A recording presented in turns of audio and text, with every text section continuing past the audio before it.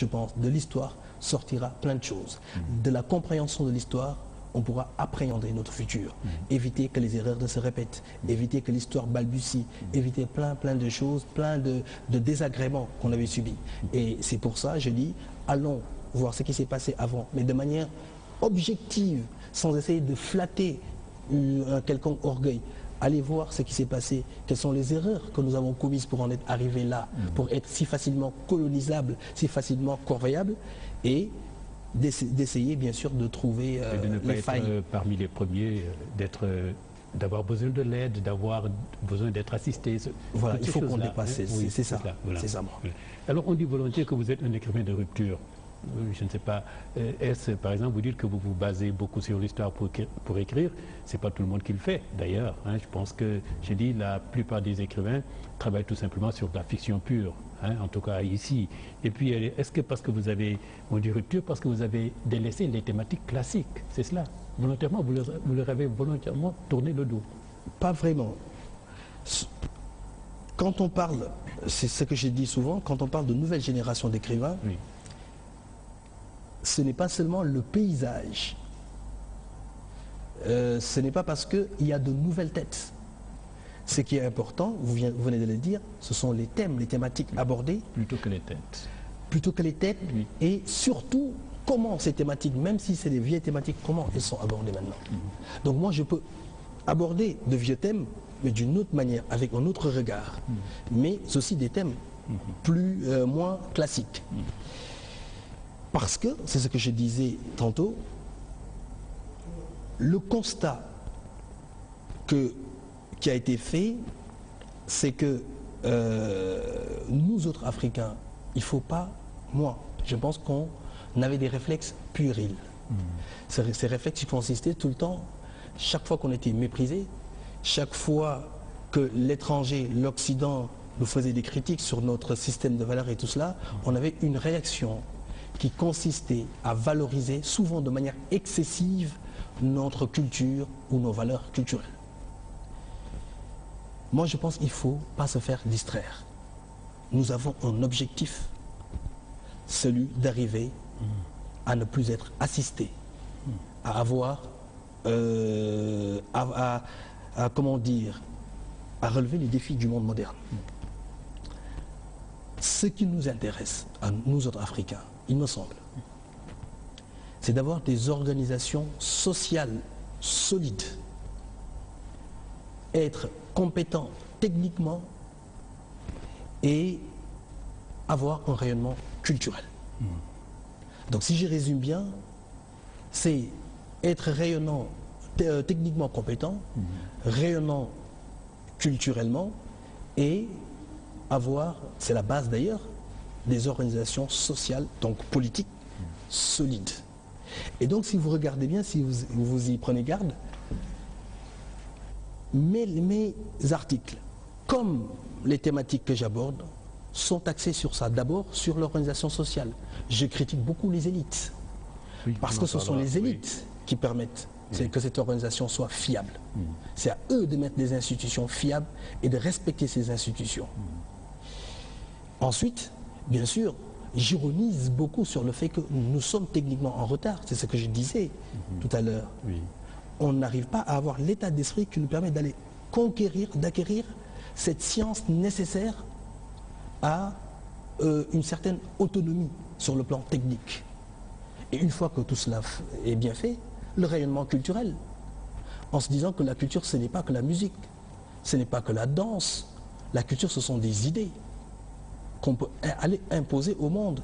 Que la culture, au-delà des idées, c'est une cuisine, ce sont des modes, c'est une façon de s'habiller, et ainsi de suite. Et donc, voilà mon objectif.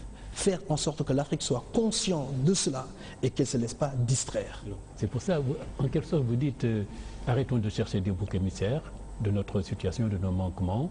Et donc, c'est pour cela que vous dites, l'Afrique, ce n'est plus l'Afrique face à l'Occident, mais l'Afrique face à elle-même, l'Afrique face aux Africains, c'est un peu cela. Parfaitement, c'est ça. Le problème, c'est l'Afrique et les Africains. Qu'on essaye d'ignorer, pas vraiment ce qui s'est passé avant, Il y a des choses qui sont passées terribles. Mais il faut qu'on puisse dépasser cela, qu'on en tire juste des leçons et qu'on arrête de ressasser cela. Oui. Alors, ce qui nous intéresse, c'est les défis modernes. Alors l'Afrique face à elle-même, en même temps, implicitement, vous invitez l'Afrique à renoncer à certaines de ses valeurs auxquelles elle tient quand même comme à la première de ses yeux. Comme le mysticisme, par exemple, qui est partout, dans la politique, dans la société, dans le sport, mais partout, partout. Vous avez dit le mystique, par exemple. Par exemple. Parce qu'on en a parlé en préparant cette émission. Effectivement. Vous dites qu'il faudrait avoir un autre œil là-dessus. Je parlais tout à l'heure des superstitions. Oui. En fin de compte, c'est cela.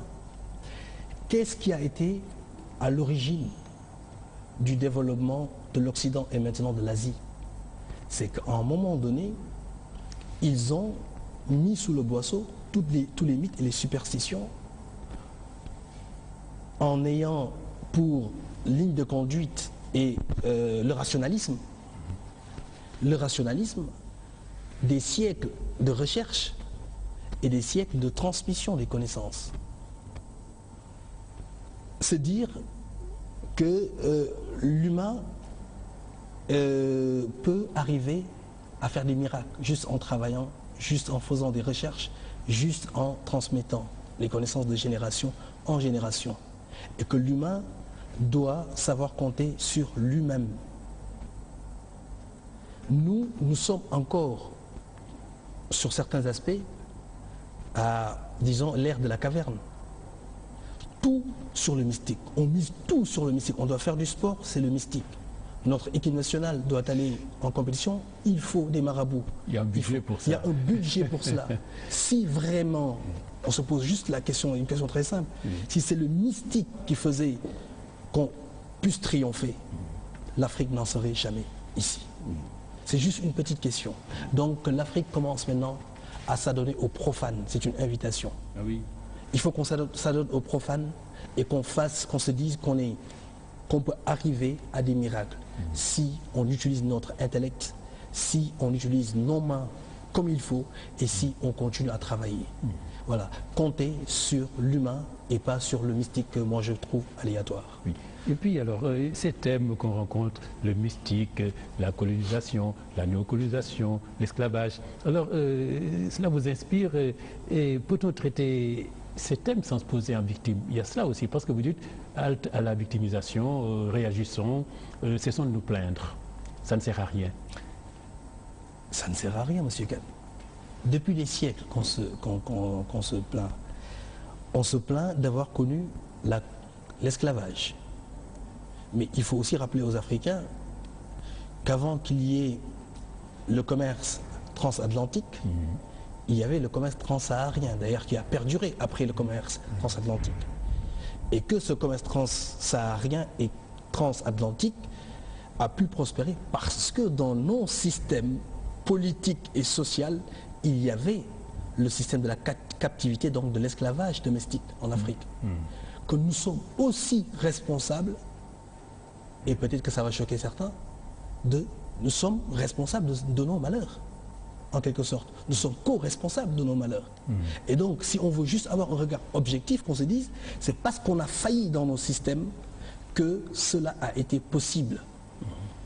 Que l'Occident soit ton bourreau, qu'importe. Moi, je ne veux pas faire de procès moral à l'Occident. Je ne veux pas faire non plus de procès moral à l'Afrique. Ce que je veux, c'est qu'on pense efficacité. Il sert à quoi les jérémiades? Nous voulons que l'Occident peut-être nous indemnise. Mais non, là, ce n'est pas le but. Dans le cas de l'esclavage, ça a été réclamé, ça. Ça a été réclamé. Oui, mais qui faut indemniser? Les descendants des rois qui ont vendu leur sujet. Qui faut-il indemniser?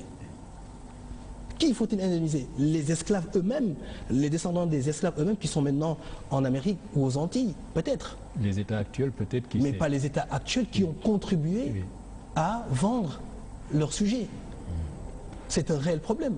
Il faut voir les choses en face. Et donc, tant que l'Afrique ne voit pas en face, dans objectivement sa propre histoire, n'interprète pas sa propre histoire à sa façon, mais d'une manière claire, nette, objective, et qu'elle ne cesse pas de se voiler la face, elle ne trouvera pas les solutions à ces problèmes. Nos problèmes sont des problèmes d'abord internes avant d'être des problèmes causés par les autres. La faiblesse de nos États était due, bien sûr, à ce système qui existait depuis des siècles. Et ça a constitué, ça fait que nous avons été facilement colonisables et nous avons été facilement, disons, vendus de par le monde. Donc votre théorie, votre postulat, c'est qu'aujourd'hui le problème c'est l'Afrique vraiment face à l'Afrique. L'Afrique face à elle-même. Face à elle-même, voilà. c'est pas les autres. C'est ce qu'on appelle la responsabilité. Voilà. Alors, cette référence à nos traditions quand même, nos ancêtres, ce qu'ils nous ont légué, est-ce que, c'est Mamadou Diop, vous ne pensez pas, ce n'est pas tout simplement notre culture cela, parce que vous proposez d'en jeter certains aspects, notre culture que nous devons intégrer quand même pour réaliser notre développement. Alors c'est quoi notre culture? Oui. Parce que quand on parle de culture, on pense un peu aussi à identité. C'est quoi notre culture? Il y a des valeurs africaines. Chaque fois qu'on parle de culture, on pense aussi à tradition. Et je pense que dès lors qu'on pense à tradition, on pense aussi à modernisme, c'est-à-dire à opposition à quelque chose. La tradition, c'est ce que nous ont légué les générations d'avant, nos devanciers, nos ancêtres. Mais eux, ils ont dû créer quelque chose pour nous léguer quelque chose. Ces traditions-là, ils l'ont créée. Ce sont des valeurs qui obéissaient à un certain contexte. Ce sont des valeurs qui obéissaient à un certain environnement. Ce contexte n'existe plus, cet environnement n'existe plus, il faut savoir évoluer. Tout en conservant certaines valeurs que nous pensons nécessaires, il faut en laisser d'autres et en adopter de nouvelles. C'est ça l'évolution normale de l'humanité. L'humain, pour qu'il évolue, pour qu'il vive bien, il ne faut pas qu'il stagne et qu'il ait toujours les yeux braqués sur les rétroviseurs. Il faut qu'il puisse inventer le progrès. Moi, je suis sur ce plan excessivement progressiste. Voilà. Je pense que la tradition a servi à un moment donné. Il y a encore certains aspects qui sont importants, mais il faut savoir aller plus loin, dépasser et en réinventer. Elle ne saurait apporter réponse à toutes les questions auxquelles nous faisons face. Voilà, c'est cela. Jamais, voilà. Parce que ces questions-là n'existaient pas lorsque la tradition a été créée. Oui. Alors, c'est Mamadou Diop, quand on prépare cette émission, vous avez insisté sur l'importance que vous donnez à l'image qu'on donne de nous-mêmes aux autres. Et alors, cette référence à notre passé a un impact sur cette image que nous donnons nécessairement aux autres, peu importe quelle est la qualité de cette image, quelle est sa valeur.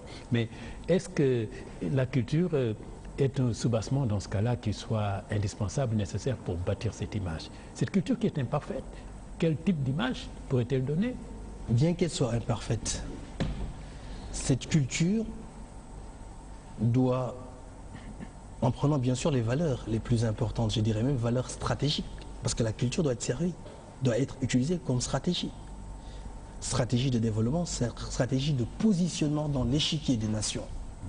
Parce qu'on a plus que l'identité, pour moi ce qui est important, c'est l'image qu'on veut donner de l'extérieur.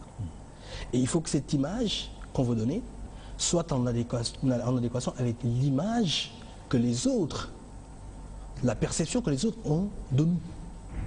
Si on arrive à cette adéquation, si on arrive à faire en sorte que les deux soient les mêmes, même si on a une culture imparfaite, dès lors qu'on a choisi cela, on aura réussi notre pari. C'est quoi en fin de compte? Chaque nation essaye de se positionner dans l'échiquier des nations. En se positionnant, c'est une image qu'elle veut montrer, la meilleure d'elle-même. Montrer cette image, c'est aussi essayer de l'incarner. Chaque fois qu'on essaye d'incarner, au fur et à mesure qu'on essaye d'incarner, chaque fois qu'on essaye d'incarner, cette répétition, même si on n'est pas cela, le fait de vouloir seulement incarner cette image, ça fait en fin de compte qu'on va ressembler à cette image. C'est-à-dire qu'on aura adopté d'autres valeurs qui n'étaient peut-être pas les nôtres, mais qui en fin de compte vont nous servir dans notre positionnement stratégique. Et bien sûr dans l'efficacité qu'il nous faudra pour arriver au niveau de développement qu'on veut. D'où bien sûr l'importance de la culture. Même imparfaite, il n'y a pas de culture parfaite. La culture doit être en constante évolution, en constante amélioration. Alors, cette image est moins importante que notre identité. Et plus importante, disons. Plus importante que notre identité. Oui. Mais elle doit être notre identité, finalement. Elle deviendra une sorte d'identité qui sera dépassée aussi par les générations futures, qui sera modifiée encore par les générations futures pour répondre aussi à leur stratégie. Et c'est ça qu'on doit toujours, c'est comme ça qu'on doit toujours fonctionner. D'où l'importance, bien sûr, d'une politique culturelle, une réelle politique culturelle. Je le disais quand on avait une conversation pour préparer l'émission, que dans des pays comme le nôtre, des pays qui cherchent leur voie, des pays qui veulent se développer, le département de la culture devrait être, avec celui de l'éducation nationale, le plus important. Le plus important, oui. En termes de budget, oui. En termes de moyens, mais aussi en termes d'hommes, de ressources humaines. Les meilleurs d'entre nous devraient être dans ce département pour déterminer l'image que le Sénégal voudra donner de lui-même dans 5, 10, 20, 30 ans. C'est purement stratégique. Alors, est-ce que c'est facile de construire, ces mouvements audio, cette image, avec un monde instable, puisque tout simplement en pleine mutation, même nos sociétés, hein, avec la globalité, la globalisation, le monde bouge tout le temps et rapidement. Il n'y a pas de contradiction. Oui. D'où le fait que je vous dise que moi, ce n'est pas l'identité qui compte. Parce que l'identité risque d'être figée. Alors que l'image est quelque chose qui doit bouger. Oui. C'est ce qu'on veut montrer, c'est stratégique, c'est volontaire, alors que l'identité, c'est, je pense, quelque chose qu'on nous a légué. Oui. Voilà. Et donc moi, ce qui compte pour moi, c'est l'image. D'où une intelligence, d'où une réaction, disons, proactive qui permet tout le temps d'anticiper, d'avoir une bonne lecture de l'évolution du monde et d'anticiper sur cette évolution. Oui, faire de la prospective. Mais dites-moi, peut-il y avoir une sorte de dilemme, d'inconfort à construire cette image, c'est-à-dire être nous-mêmes quand même, tout en ressemblant aux autres que nous voyons, puisque nous partageons le même monde, tout au moins ce que nous pouvons prendre d'eux. C'est ça d'ailleurs. Hein, c'est ça. Je pense que la culture n'a pas de frontières. Oui. Les valeurs culturelles n'ont pas de frontières. Chaque fois que quelque part dans le monde, un concept a été inventé et que ce concept est bénéfique pour toute l'humanité, il n'y a pas d'orgueil qui puisse nous empêcher d'aller chercher, d'aller nous approprier ce concept et de l'adapter à notre contexte. Et c'est important. Il faut savoir épier ce que font les autres. C'est valable aussi bien dans le domaine culturel que dans le domaine technologique, technique, scientifique. Les nations émergentes ne font que ça. Tout le monde fait que ça. En fait, l'Occident a bien copié, a bien regardé et transformé, et tout le monde fait que ça. L'humain, les sociétés humaines progressent par apprentissage. On apprend toujours de l'autre, soit du plus ancien, soit du voisin, soit de l'ennemi même, pour aller plus loin. Et c'est ça, le progrès, c'est le sens de l'histoire, il me semble. Alors, la culture comme élément stratégique, vous avez sorti cette expression-là. Alors, est-ce que c'est considéré comme tel par les dirigeants africains, enfin? Parce que c'est une question de volonté politique, c'est eux qui décident. Voilà. Avons-nous réellement une politique culturelle à l'heure actuelle, à l'heure où je vous parle? Je ne peux pas répondre à ces questions, je pense que non d'ailleurs. Je pense que non. Je pense que depuis des années, voire des décennies, ce département a été plus ou moins négligé en termes d'hommes, en termes donc de ressources humaines, mais aussi en termes de moyens, il me semble, financiers mis dans ce département. Et donc, il me semble qu'il n'y a pas de réelle politique culturelle. Pourquoi je vous parlais de politique culturelle? C'est important. Parce que la culture détermine tout. Tantôt, je vous disais que les élites, j'avais beaucoup de mal avec les élites africaines. Chaque société, chaque peuple a ses propres élites. Si on prend le contexte du Sénégal, les élites, cette population-là qui est considérée comme ayant une position enviable, aux yeux en tout cas des populations, ces gens-là sont composés de plusieurs, disons, ont plusieurs statuts, sont différents, ont des parcours différents, une éducation différente, un niveau intellectuel différent. Ça peut aller, ça peut être un homme politique, donc des hommes politiques, des marabouts, des intellectuels, jusqu'aux champion de lutte. Oui. Alors l'élite est éclatée. Est éclatée. Parce qu'avant c'était purement les intellectuels. Bien sûr. Et puis maintenant c'est... Voilà, vous me disiez, il y a plusieurs sortes d'élites maintenant. Il y a plusieurs sortes d'élites. Et ça brouille l'image de l'élite, évidemment, je ne sais pas moi. Ça brouille non seulement l'image de l'élite, et ça prouve que ces élites-là sont sorties de nulle part. Ça prouve, ce que je voulais dire, qu'il n'y a jamais eu, ou bien qu'il y a rarement eu, ou depuis très longtemps,